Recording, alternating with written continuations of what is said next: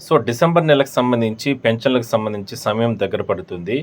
ఎందుకంటే సోమవారం ఉదయం నుంచి కూడా ఒకటో తారీఖు పింఛన్లు స్టార్ట్ చేస్తారు కాబట్టి, అందరూ కూడా దివ్యాంగులకు సంబంధించి కావచ్చు, అదేవిధంగానే పెన్షన్‌దారులందరూ కూడా ఎదురు చూస్తున్నారు. మనం చూసాం చాలా రోజుల నుంచి కూడా ఏదైతే ఈ రీఅసెస్మెంట్‌లో భాగంగా ఏదైతే ఉన్నాయో వీటన్నిటిని కూడా ఆహ్, ప్రస్తుతానికి స్టాప్ చేశారు కాబట్టి, ఆందోళన అవన్నీ కూడా జరిగాయి. సో, అవన్నీ పక్కన పెడితే ప్రశాంతంగా పెన్షన్లు తీసుకోవడానికి అందరూ సిద్ధమవుతున్నారు కాబట్టి సోమవారం అంటే 1 తారీఖు, 2 తారీఖు ఆ 2 రోజులు కూడా పింఛన్లు ఇస్తారు. ఎవరు కూడా ఆహ్, ఆహ్, లేట్ చేయకుండా ఆ రోజు పింఛన్లు తీసుకోండి. స ఇంకోటేంటంటే ఈసారి మాత్రం గవర్నమెంటు ఒక ఐవీఆర్ఎస్ కింద మీకు ఫోన్లు కూడా వస్తాయండి. ఎందుకంటే పింఛన్లు తీసుకునే సందర్భంలో మీకు ముందుగా ఫోన్లు వస్తాయి. దాని తర్వాత ఐవీఆర్ఎస్‌లో వీళ్ళు సచివాలయాల సిబ్బంది, స్టాఫ్ వీళ్ళందరూ కూడా పింఛన్లు ఇచ్చే సందర్భంలో ఏ విధంగా మీతో వ్యవహరిస్తున్నారు? అంటే పింఛన్లు అంటే ఒక బెదిరింపు ధోరణితో ఇస్తున్నారా? లేదంటే సర్వీస్ ఏ విధంగా చేస్తున్నారు? ఏ రకంగా అంటే పింఛన్‌దారులతో వ్యవహరిస్తున్నారు? ఇట్లా అన్ని అంశాలపైన సంబంధించి సమస్యలు తీర్చడంలో ఏదైనా సరే నిర్లక్ష్యం వహిస్తున్నారా? ఇట్లా రకరకాలుగా ప్రశ్నలుంటాయి. మీకేదన్నా అందులో ఎవరైనా కొన్ని ఎందుకంటే ఈ మధ్య కాలంలో ఈ సచివాలయాల స్టాఫ్ మీద పెద్ద ఎత్తున అంటే కొన్ని చోట్ల, అంటే అన్ని చోట్ల అని కాదు కానీ కొన్ని చోట్ల ఇట్లా నిర్లక్ష్యంగా ఉండడం. ఎందుకంటే ఆ రీఅసెస్మెంట్‌లో కూడా మళ్ళా అప్లై చేసుకునే వాళ్ళకందరికీ కూడా వాళ్ళ అప్లికేషన్లు ఇచ్చినా కూడా వాటన్నిటిని కూడా పక్కన పెట్టేసి ఇబ్బందులకు గురి చేయడం ఇవన్నీ కూడా చేశారు కదా! సో, దాన్ని బట్టి ఆ రకంగా అలాంటి కంప్లెయింట్స్ ఉన్నాయి కాబట్టి ఆ కంప్లెయింట్స్ అన్నిటిని కూడా రెక్టిఫై చేయాలంటే ముఖ్యంగా అది దివ్యాంగులకు సంబంధించి కావచ్చు, అసలు అన్ని రకాల పెన్షన్లు తీసుకునే వాళ్ళ లిస్ట్ అంతా కూడా ఆ ఫోన్ నెంబర్లు కూడా గతంలో ఉన్న సచివాలయాల సిబ్బంది సక్రమంగా పెట్టలేదనే ఆరోపణలు ఉన్నాయి.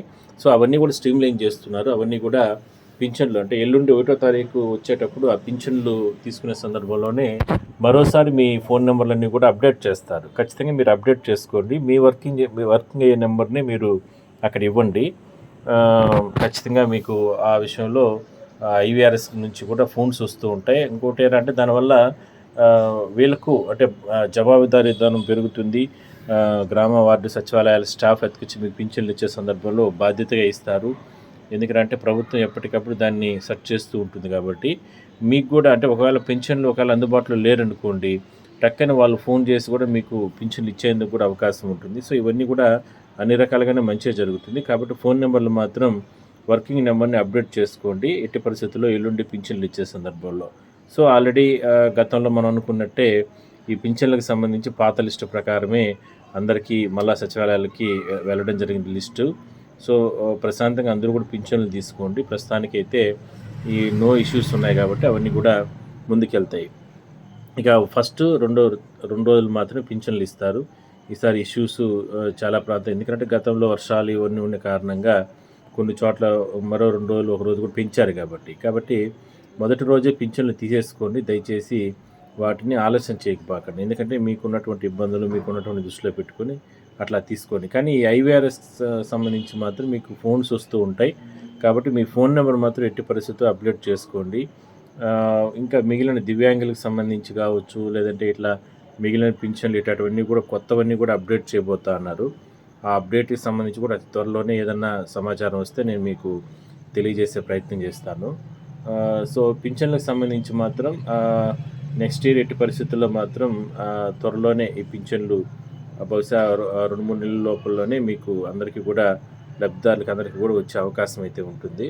సో, చూద్దాం మరి ఏం జరుగుతుందని. ప్రస్తుతానికి మొత్తం మీద ఈ డిసెంబర్‌కి సంబంధించి మాత్రం పింఛన్లు మాత్రం ప్రశాంతంగా తీసుకోండి. దాని తర్వాత మిగిలిన విషయాలు కూడా మనం డిస్కస్ చేద్దాం.